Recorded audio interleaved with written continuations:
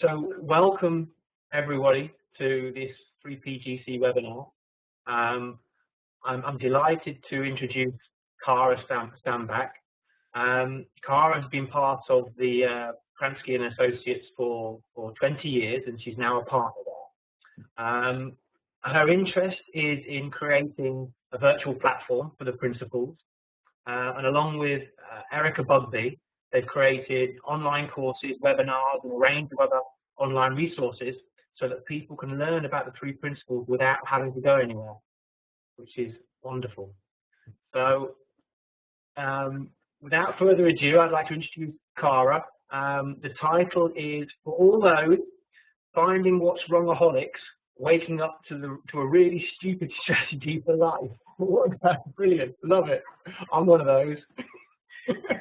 Yeah.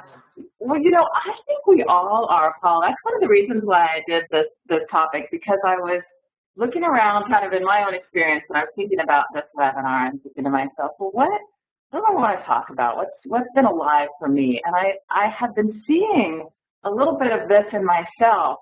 And when I looked closer, I realized, you know, this is really common to have to be critical in life. It is actually developed, I think, even in school, you know, critical thinking and be able to decide, you know, what's good and what's bad and, you know, what's right and what's wrong. It's a skill that we develop in life. It's not a bad skill, but it can kind of take over. And I think it's especially true in the principles, because for all of you guys listening to this, you know, it's probably not the first time you've heard about the principles. You hear about the principles, you gain insight into the nature of thought, into the nature of life. You see something about yourself in the form of an insight, and you realize that whatever you're struggling with is a function of your own thinking. And you think, well, that's just me making things wrong. That's just me making trouble for myself. And the thing is that if you kind of dissect it, if you look at an insight, if you look at any insight that somebody has, so I had a client that, I'm just going to close my good guys so I can laugh and I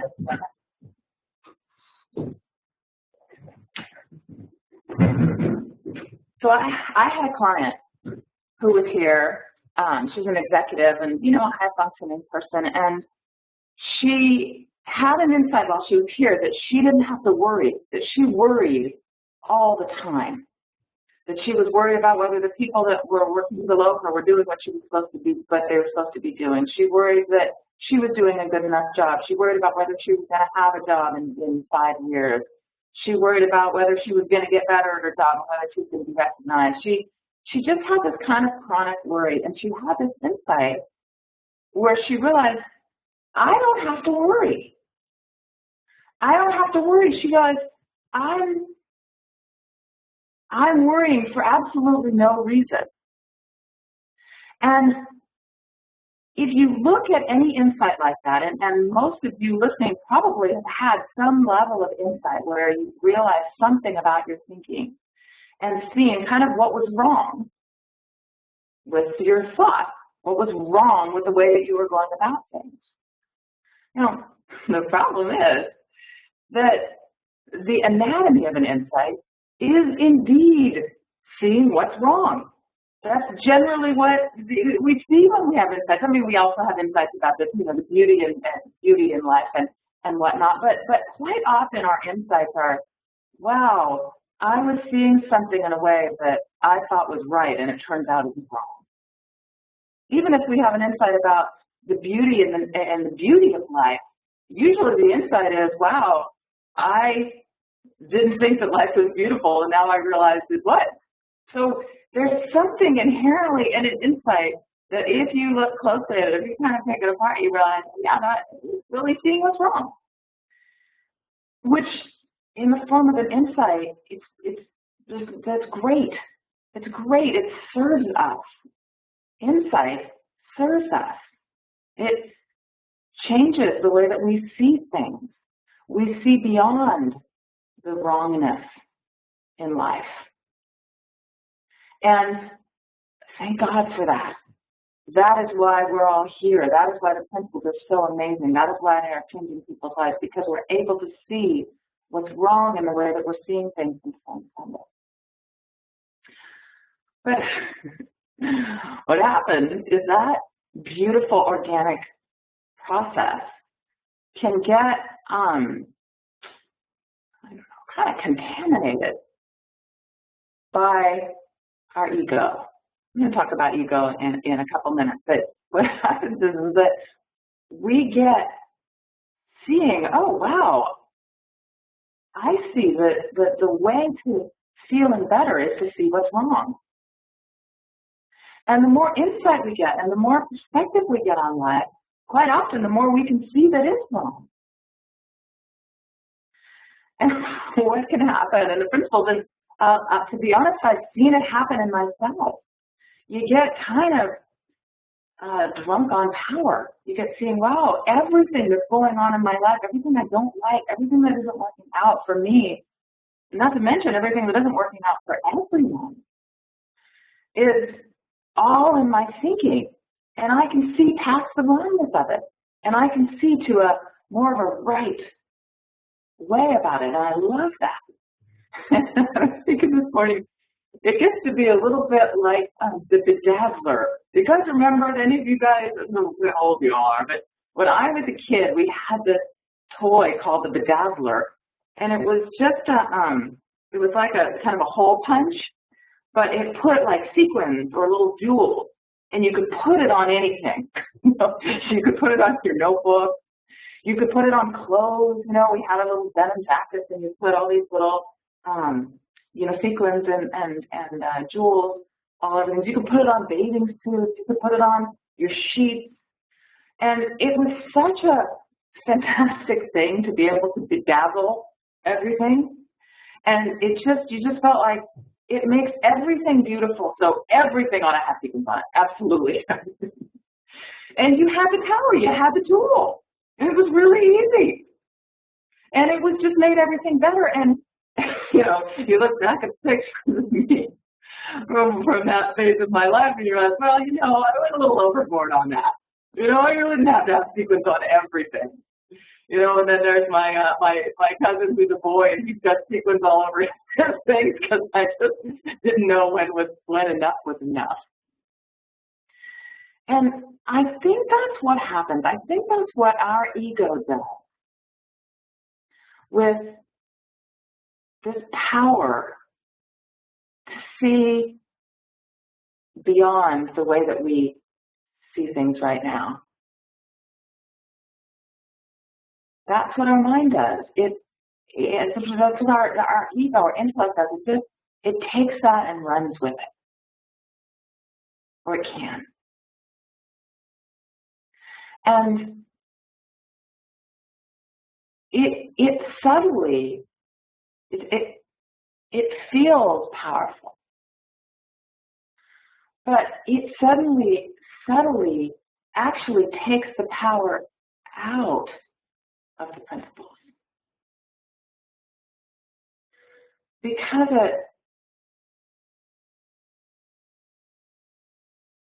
it separates us from what's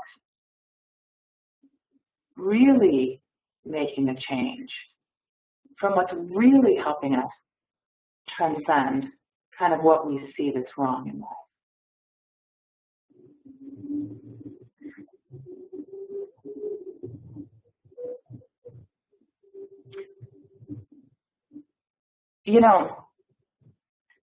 Thinking a little bit about ego and what the deal is with ego, because when I say this, when I talk about it like I said, it makes it sound like ego is a little bit of a villain. You have insight, which isn't ego-driven. Insight is driven by mind, by the essence of the principles, by the essence of our humanity. That's where insight comes from. But when ego gets involved, it looks like it messes everything up. Okay? And it does. Just like the bedazzler. Go too far with it, and it's gonna make everything, you know, it's not gonna be so beautiful. But it's not. I want to give ego kind of its due, because ego's just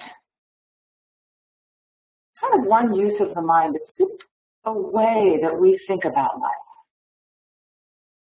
It's a way that we can make sense of life. It's a tool that we're so glad to have that can help us distinguish one thing from another.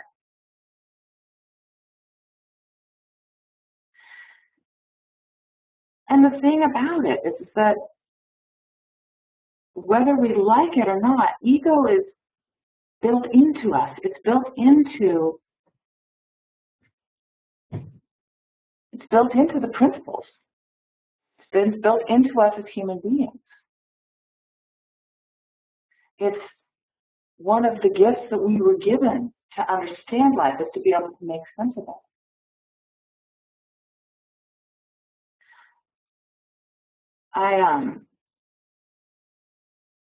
I was at a Stamback conference once, and I was talking to him at a break, and I said to him, Sid, you say that the principles are that there's really only one principle, that you talk about three principles, but really they're all the same thing. And I said, well, if there's really only one principle, why do you talk about three principles? And he said, because it's easier for people to understand.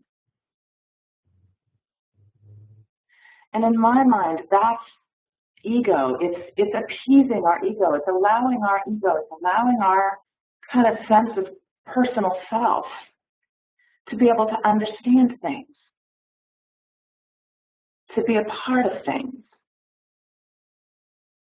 Now, I don't know if ego is good or bad. I don't know what we should do with ego, but I do know that it is a part of who we are. It's built into us.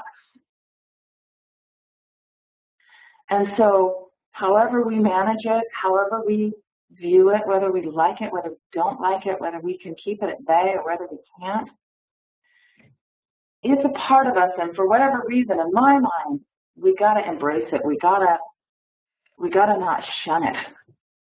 We gotta allow it to be a part of what we do and how we see life. I was thinking it's a little bit like the part of your body that you don't like elbows. You know?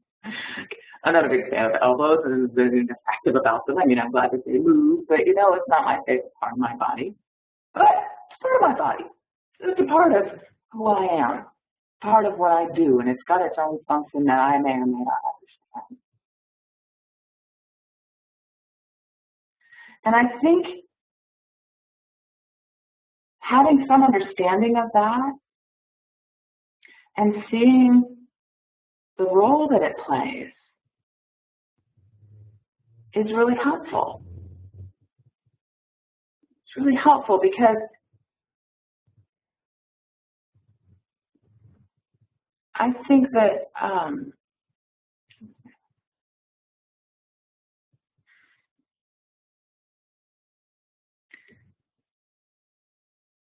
ego is a part of our experience of life,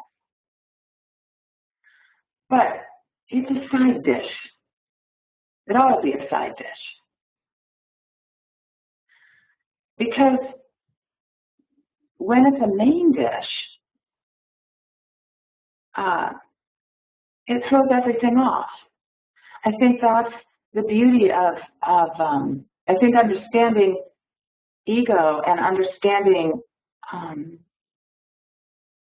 the power that allows us to have insight that isn't ego.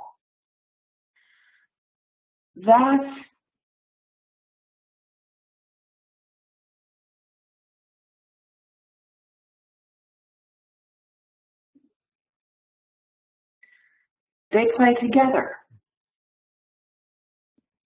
But ego can't change us. Ego can't fix us.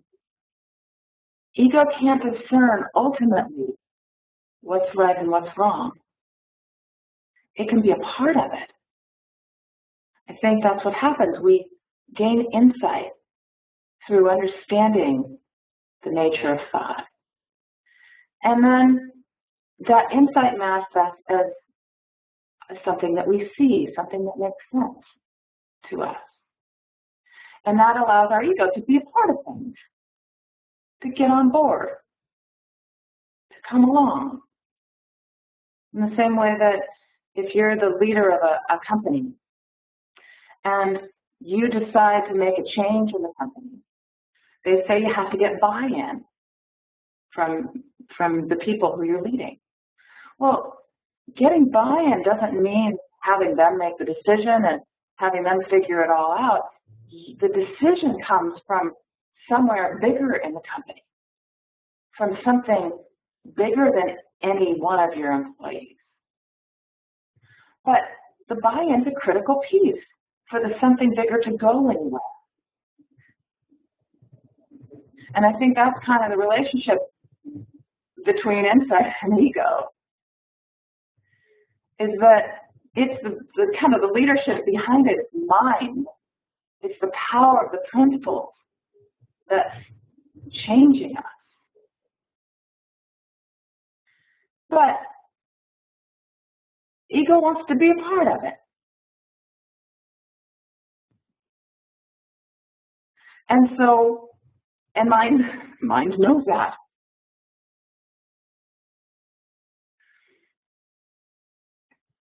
Let me make sure I'm staying on track with the topic of the webinar here.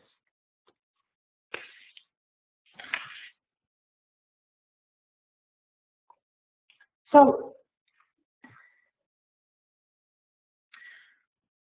most of us get involved in the principles because we want to change, because we want to feel better, because we want to do better, because we want to have less on our minds and enjoy ourselves more. And once we get a glimpse of that with the principles, we get more involved. Well, if we're not careful, ego can step in and crown itself as the main dish. And it's easy to let that happen because it's very compelling to see what's wrong. And it looks very much like what insight looks like.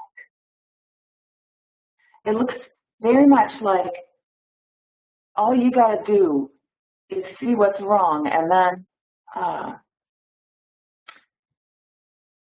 muscle your thinking into alignment.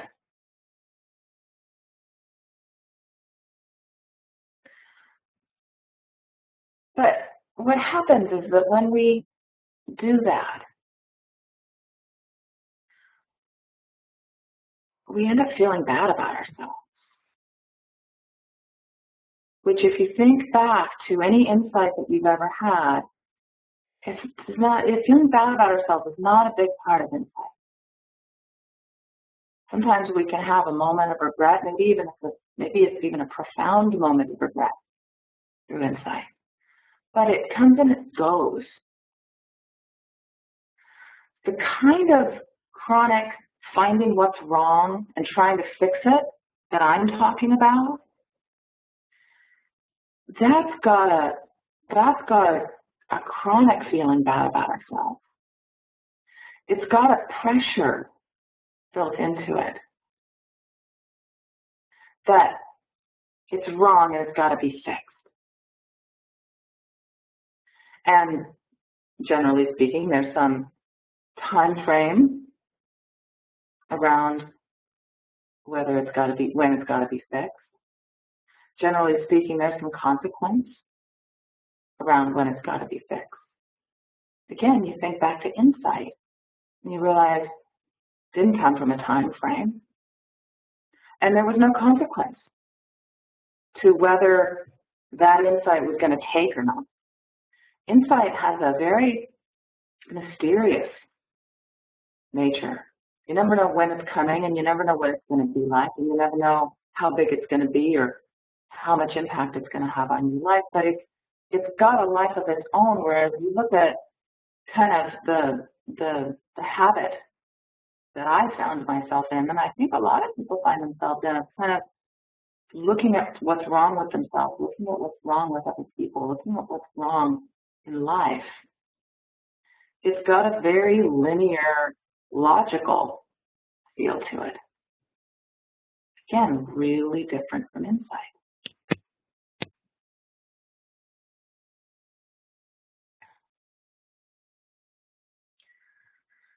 Now,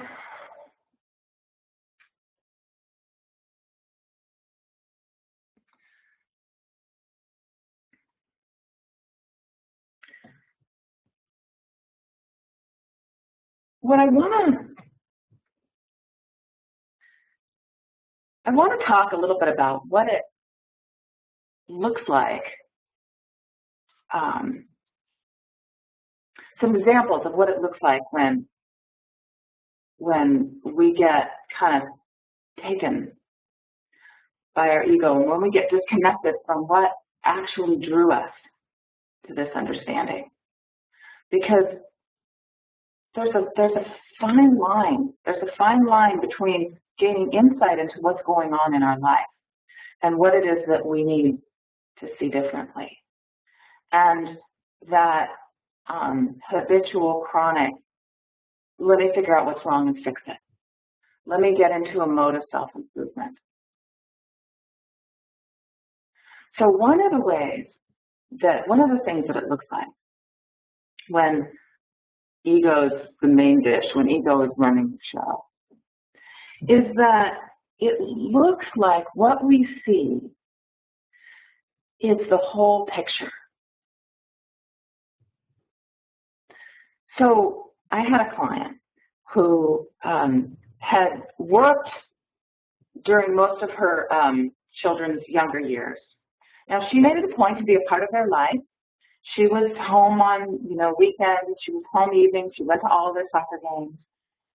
She was definitely a part of their life. But when they were about, going into, into grade school and middle school, she realized that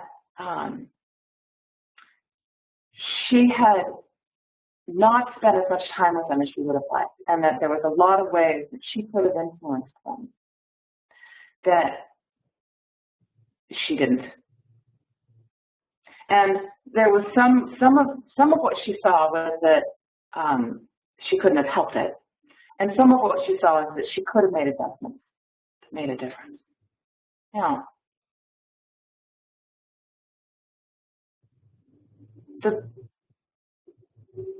that came to her in the form of insight, right? She saw that. One day she didn't see it. The next day she saw it. Now what happened to her is that after she saw it, she became absorbed by it. And it changed the way that she felt about her family. She came from a place of regret after that point. She felt like there was nothing, she felt like it was the worst thing she could have done, and that there was no way that she could possibly make it helpful. And the more she thought about it, the worse she felt about herself. And it turned out that everything she did in her family, everything she saw in her family, morphed into some form of her failure in that regard. So she would go to sit down and read her daughter a book, and the daughter didn't want to read the book one night, and wanted to run around and play with her brothers. She would think to herself, if I had been around earlier and had spent more time reading with her, she'd be more interested in sitting and reading. It'd be better for her than what she's doing right now. And I don't know if she might not become a reader. And that's really too bad. I mean, it's really important in education to be able to enjoy reading. I knew people in school that didn't like reading, and they didn't get as far. They didn't do as well on the test. They weren't interested in education, and I'm pretty sure they didn't go, where they could have gone in life. So one of the things that happens is ego makes it look like what we see that's wrong is the whole picture. Everything was tied into that for her, everything. She couldn't see anything about her kids without that being implied. From the past, she remembered all the nights that she came home and, the kids said, "Will you read to me?" And she said, "I'm too tired. You're going to have to put yourself to bed tonight." She remembered, so the past was tied into this. Whether they were going to be readers, and therefore whether they were going to do well in school, and therefore whether they were going to ever have a job or a good job and gain respect in the world, that was tied into it. Everything was tied into it. So when she looked at what was wrong, it wasn't part of the picture. It was the whole picture for her. It was the whole picture. That's one of the clues that will tell you whether the balance between insight and ego has been offset. Now, her initial insight, and once she kind of woke up to, sort of how much her ego was contaminating things and messing with her, when she realized the distortion factor in it,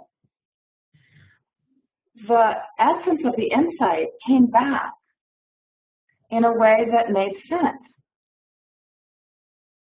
So after that kind of passed and she stopped kind of heeding that and agreeing with her ego that it was the worst thing any parent could possibly do for a child, once she got past that and saw that's not really the whole picture, she was able to see something that was had a greater perspective to it. She was able to see, you know what? I was self-absorbed for a lot of years, but I wasn't completely self-absorbed. I was just more self-absorbed than I needed to be. And by the way, when people get self-absorbed, it gives other people a chance to be self-sufficient. So my kids are able to put themselves to bed. Some parents, some kids aren't able to put themselves to bed. They have to be put to bed by their parents. Is that worth what I gave up? I don't know. I don't know. She didn't know. But she saw more. See, when we get into that cycle of seeing what's wrong and feeling the need to fix it doesn't have that freshness, that air, that space to see what's wrong in a context. So that's one thing that happens. Another thing that happens is that it feels, when we see what's wrong in the context of our ego as opposed to in the context of insight, it feels as if we're seeing something that is objectively wrong. So not only do I see it as wrong, but everybody sees it as wrong. And it's absolutely wrong, and there's really no other way of seeing it. Now, so I had another client who was a young man, and he had gotten into drugs and alcohol, and he was an addict. He had gotten addicted, and he really wanted to get on his feet. Really wanted to. I mean, he had an insight that he had seen, I want to do this, I can do this, and it's going to be good for me to figure out how to get off of alcohol and drugs and how to get in life in a productive way. So he saw that, it did something for him, he got out in life and he got a fresh start, and he couldn't maintain it. And so he started drinking again. And it actually took him a really long time to contact me because he felt so bad about himself. And what had happened is he'd done just what I'm talking about. He'd gotten into this pattern of making mistakes, drinking and, not calling people back and not showing up for work and all of these things that had to do with his alcohol use. All of these mistakes that he was making, all of these things that he was doing wrong in his life. And he felt terrible about himself. Well, is it wrong to not show up for work? Well, in one sense of it, it is. People count on you. It's a part of being a productive member of society is, honoring your commitments. Now, is it wrong in the big picture? Not really. It's just a part of life. It's just a part of life. At some point, if he's 21 years old, at some point, let's just say for the sake of argument, in 20 years, he's going to look back and say, well, it wasn't my best showing in life. It definitely would have been better if I had showed up for work that day. But it's what I was going through. It was what I needed. Apparently, it was what I needed to learn whenever I needed to learn. And any alcoholic, any recovering or recovered alcoholic will tell you that. It's just what happened, and it wasn't right. But if you can say in 20 years, if you can't say in 20 years it was objectively wrong, then you can't in good conscience say that now. We can't. Back to what I said about the mother thinking that it ruined everything for her child. It's just not the complete picture, and anything that looks objectively wrong and objectively bad, our ego and our intellect and our ideas about ourselves, which is just another way of talking about ego, that's just an indication that that's what's happening. And the more certain we are that there's some objectivity in it, the more our ideas have a hold of us.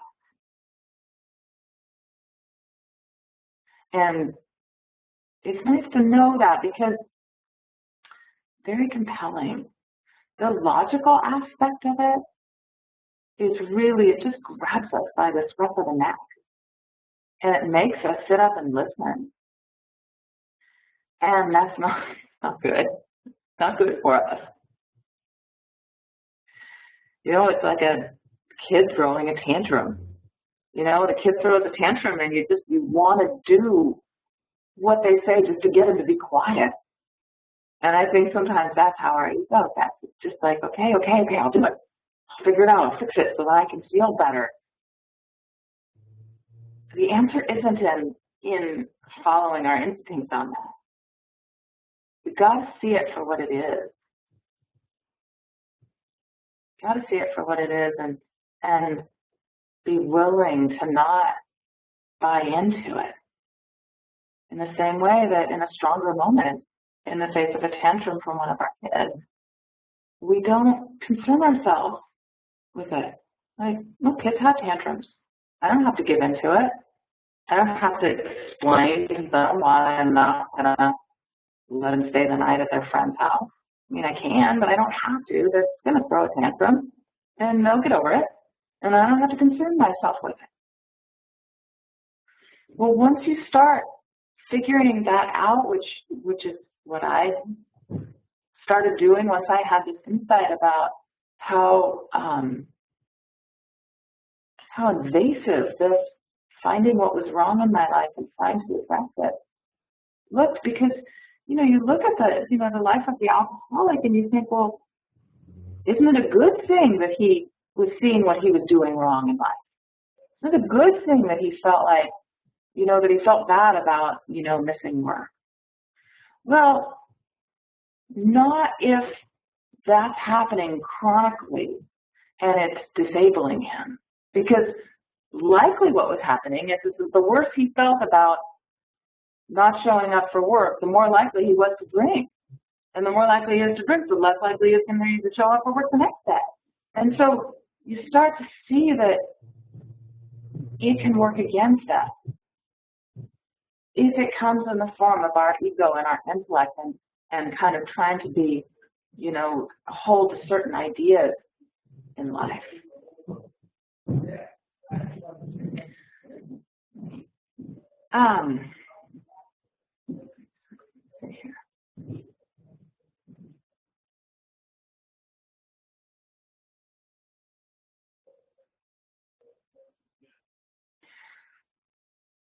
So let me pause because we're about halfway through the webinar.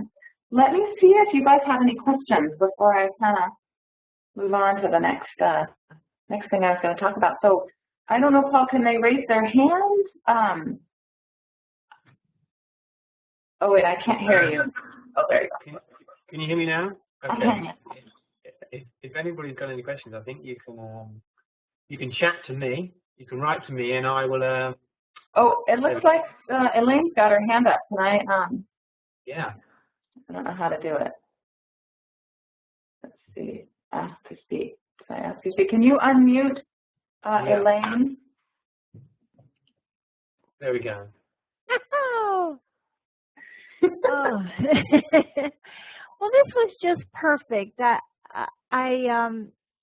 Your whole conversation, Tara, has just really been speaking to me because, as you know, I had retired some months ago, and I was kind of leaving life open to see what would happen next for the next part of my life. And in the last few weeks, because I haven't had any earth-shattering answers, I've been starting to feel, I've been thinking about, well, what's wrong with me that I don't want to do anything? And as you unfolded this whole issue of sort of the ego and this conversation that the ego is having about what's wrong with me, I mean, you just hit the nail on the head. And so I don't quite have a question. I think, because I don't think you can answer the question I have, which is kind of like, well, when does it end? Like, when does the insight come that you can stop having these questions about what's wrong with me? So that's my question. I don't really expect a concrete answer, but anyway, whatever you could say about that would be great. It's a great question, and I absolutely can answer it. I mean, as you suggest, I can't answer it concretely, but I can speak to it because it's a really, really good question. And the thing is that, at least for me, it was an evolution. It was an evolution. So I was kind of blindly and unconsciously walking around in my life seeing what was wrong, and sometimes it felt horrible, and sometimes it felt productive, but it was just always there. I was always, essentially I had a critical way of viewing life. And even in movies and restaurants, I found myself thinking, well, I didn't even do it purposefully. Just thoughts would come to mind of, they should really change the font on their menu because I find it really hard to read. Or that movie just should have been half an hour shorter. And I'd be doing that with my spouse, with my husband. I'd be doing it with my kids. I'd be doing it, in my own life, in my own development. I'd be thinking, I find that I'm thinking a lot all the time. And it'd be great if I were lighter-hearted. It's better for me. And I think it'd be better for my work. And I should do that, and maybe I should, listen to Sid more. Or maybe I should do this. And it was just a chronic, once I saw it, I had an insight. At the moment that I saw it, I had an insight of, wow, this could be different. Okay? Then the chronic nature of my thinking would show up again, and I'd think, oh, don't do that, Karen. You just had an insight about that. You don't want to be doing that. Don't think about what's wrong with you. Don't think there's nothing wrong with that.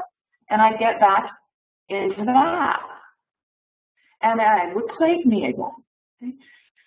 And then, but what was different, and what I suspect will be different for you, given what you just said, Elaine, is that now that you've seen it for yourself in a new way, in a fresh way, and I could hear that it was fresh and new from the way that you talked about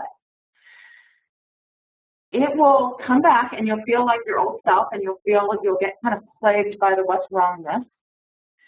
And then you'll see something a little later about it. You'll gain further insight into it. You'll see a next level of it. And it will shift again. To see, that's one of the reasons why I talked about ego in the beginning of this, is that the point isn't to get rid of ego. Ego is always going to be a part of us, for better or for worse, and for whatever reason, which I don't really understand, but it's just always going to be a part of us. It's built into who we are and how we go about life, how we experience life. If it's built into the principles, then it's built into who we are. And so we don't have to do anything with it, but what happens is that it doesn't affect you as much. You don't feel it as deeply. It doesn't have as much pain and hurt about it. And so, as you suggest, there is no answer to the question, when is it going to end? But you can be confident that it will change your experience of it. And there's no limit to what we can see about it and how free we can become from it. And that was the next thing I wanted to talk about, was kind of the flip side of it, because this insight came to me because, really, actually, now that I think of it, thanks to my intellect and my ego. It came to me sort of intellectually. I realized, wow, I'm really hung up on what's wrong. I really think a lot about what's wrong. And it was sort of an intellectual realization. But it freed me. It had some insight in it. It freed me. But I really could see it concretely. Now, once I started kind of freeing my mind from that, I started to see the other side of the coin. Okay, so one side of the coin is you don't have to think about things in a way that's wrong, and you don't have to take yourself seriously when you do. The other side of the coin was I realized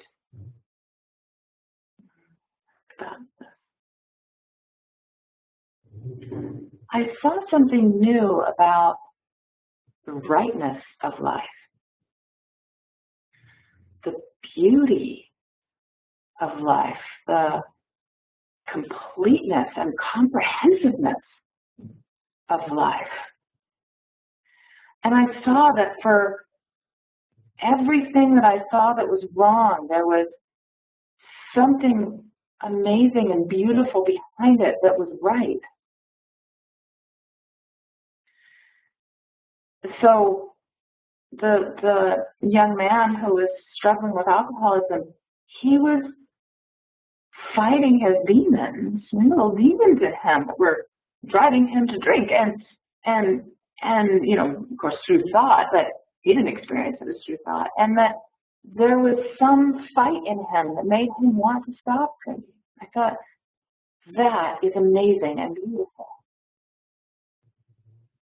And for the mother who felt like she wasn't doing right by her kids, the fact that she wanted to do right by them, the fact that she saw it as the entire picture, but there was more to the picture, all the rest of the more, all the things that she was teaching her kids, all of the things she was doing with her kids when she was present, which wasn't never. She thought in her small version of the picture that she was never present with her kids. She was present with her kids a lot. all that she brought to those children in the moments that she was present, even if it was rare, was beautiful and amazing. And when I saw that, what happened is immediately the what was wrong, and was I thinking too much about what was wrong, and was it my ego or was it insight, all of that disappeared. And I realized there's the right, and the right, which kind of goes with a capital R, that's mind. You know, in principles language, that's mind. That's our ability to connect with something that is bigger than us, that is universal, that is also a part of us, that is what I was talking about earlier, that is what powers insight, that is what allows us to see what's wrong in a good way to begin with. And the moment I saw that, I couldn't help but have confidence in it. It changed me in that moment. I could not look at my life the same. I could not see what was wrong in a way that made me feel bad. It didn't matter. So the young man who was an alcoholic, I worked with his dad as well. And his dad would go in and out of that. His dad would have insights about what an amazing person his son was and how much potential he had. And he could not be concerned about his son's welfare when he saw that. In the moment that he saw that, he could not be concerned, even if there was something to be concerned about, because he was overwhelmed with the potential and the essence and the feeling and the love that he had for him and the confidence that he ultimately had in what his son had within him. That's what powers any insight that we have, and that's what is in us, even when we forget it.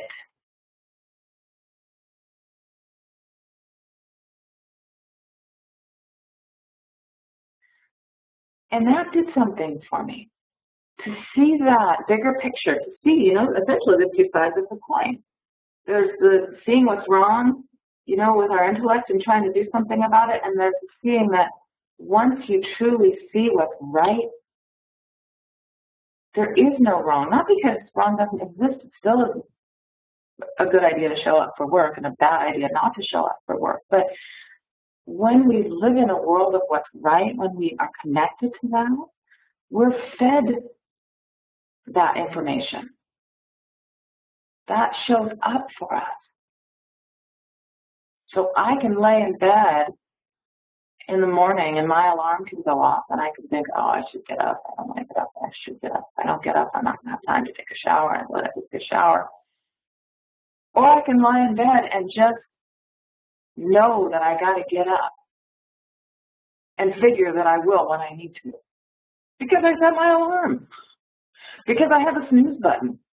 Because I have an internal clock and a conscience that makes sure that I take a shower when I'm supposed to. I don't really have to worry about showing up for work clean. I just know I don't.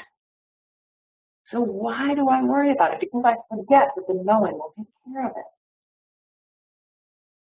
And in your question, Elaine, we went back and forth between, I'm just going to see what happens in retirement and figure it's going to handle itself, and I'll take opportunities, and opportunities will come, and if I should go forward and figure something out, I'll do that. And then your ego sneaks in and says, no, you should figure it out. You haven't figured it out by now. What if you don't ever? But that's only because you've lost touch momentarily with this confidence that you had before that. Are there more questions?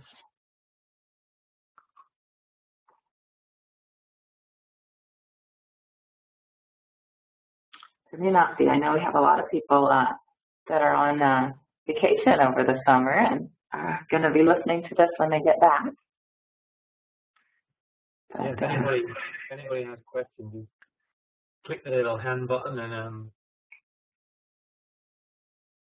it'd be lovely to hear from you.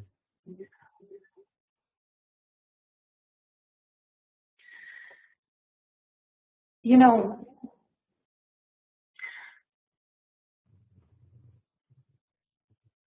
I wanted to point out, because I've been involved in the principles pretty much my whole life, and I've been teaching them for over 20 years, and it really struck me in preparing for this webinar that this was a big insight for me. This really changed me, and I realized that this represents the potential to continue learning from the principles. We always say that, everybody says, it's a journey and there's no ultimate knowing of the principles, and I always said that too, but I really saw it through this. I realized I had not understood mind in a way that I do understand it now. I really see that if we, I'll say this because I don't want it to sound as if you should only look at the positive in life. But when we get critical and when we get judgmental of ourselves and when we get just chronically thinking about what's wrong, it disables us. And if we look away from that, we can see what's wrong in a really nice way. Now, it looks like we have a question. This is a little question mark. Do we unmute him or did he type it? Oh, there we go. Can you talk about how our emotions guide us back to the principles? Good question. How our emotions guide us back to the principles. Well, I'll tell you what. I can talk about how our feelings guide us back to the principles. Emotions is a little bit tricky because emotions aren't always reliable. You can have all different, you're happy, sad, excited, joyful, remorseful. There's all different kinds of emotions that we experience. But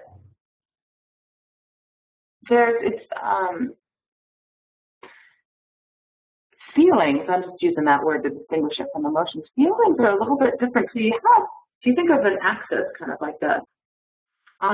Along here you have all different emotions. So let's say these are the negative emotions and these are the positive emotions. So you've got joyful and you've got, sadness over here. Well, we can have a sense of sadness that is grounded in an understanding of the principles. If you've ever, lost somebody close to you and you just feel a deep sadness, but it just feels very real. And then we can get into a sadness that's almost self-induced, feeling sorry for yourself. Now, they're both sadness, and you can't say one is better or worse than the other. You can't really put them on this line of which one is better and worse, because they're different. When we are present with our experience, when we're seeing it kind of for what it is, just like when we're experiencing a sadness and the loss of somebody, it's just something it's an experience that we're having that we're kind of with. Whereas when we get into the, into the sadness of we're feeling sorry for ourselves, it's kind of an intellectual. It's something we created for ourselves and perpetuate for ourselves. Now, in terms of what I'm talking about of the ego that makes us feel bad about what we've done and feel like we're chronically have to fix everything that's wrong, there's a certain disconnected feeling to that, as I said before, that feels like it's the whole truth, it feels like it's objectively true, and it feels like there's nothing else to see about it.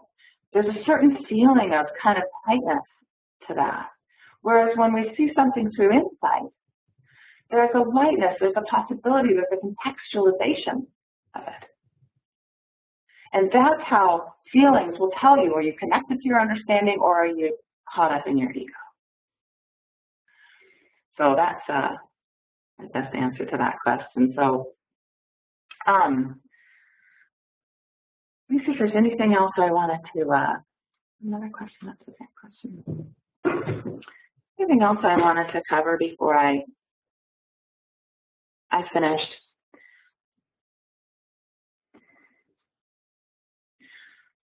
So this is what it looks like to keep learning and to keep having insight and to see things kind of at the next level of things that you've seen before. And you've no idea when you're going to see it or how you're going to see it. It's not like the intellect of the ego. It doesn't come linearly.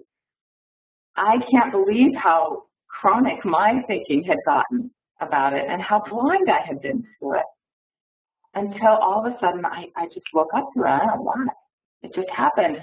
And not only did it change my experience of my life, not only did I live in a lot less judgment of myself and a lot less kind of busyness of trying to figure out what was wrong and what to do about it.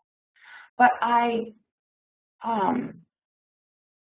saw something about the principles philosophically. I saw that there was a power in mind that was there and practical on an everyday life kind of level. And I don't know, I thought that was pretty cool that I saw that after studying this 20 years. You know, you'd think I would have seen that, you know, in my 5th year of thinking about it constantly and talking about it with people every single day. But I didn't. I'd seen other things. I didn't see that.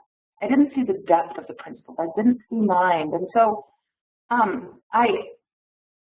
mean, I'm kind of preaching to the choir to you guys who are already signed up and coming to these webinars, but keep learning, keep listening. You never know what you're going to see. There's so many resources out there. You know, the continued 3PGC webinars, they post blogs. There's a lot of practitioners on the 3PGC site. Go to the map, click around, get on their website, see what they're doing. A lot of people are putting content out that's different than what's up on 3PGC. So get on people's websites, get on their list. So as Kransky Associates, we have an email list. A lot of people do. Get on people's email list. Most people are not sending out spam these days, so you're not going to get a bunch of advertisements and, you know, things like that. But put your name on their list, and they'll send you free content. We have an email list. We'll send you free content that's, you know, that we really put a lot of thought into, that we think is going to be relevant and that keeps our learning alive, and it's kind of cutting edge for what we're doing. There's a lot of programs out there on the 3PGC site. You go to the events page, and you'll see what people are doing. We're launching the 3rd generation of our Insight course. So we created, as Paul said earlier, where our passion is in creating virtual learning opportunities for people. So we've created an Insight online course. It's 100% online. You don't have to go anywhere. You can watch it right from your computer. It's for brand new people, so it starts with the principles from the very beginning, and it talks to everything that the principles are and every implication that they could possibly have.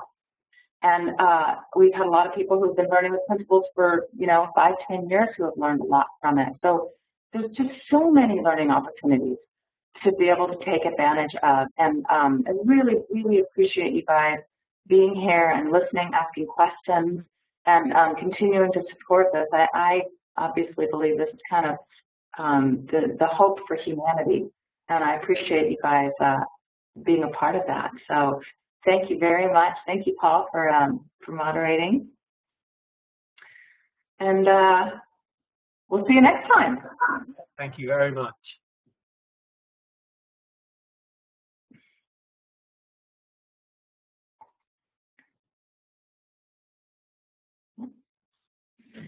All right. Am I supposed to do anything, Paul? No? I'm looking for the button. All right. Hey, have a nice summer. All right, and you. Bye. Bye.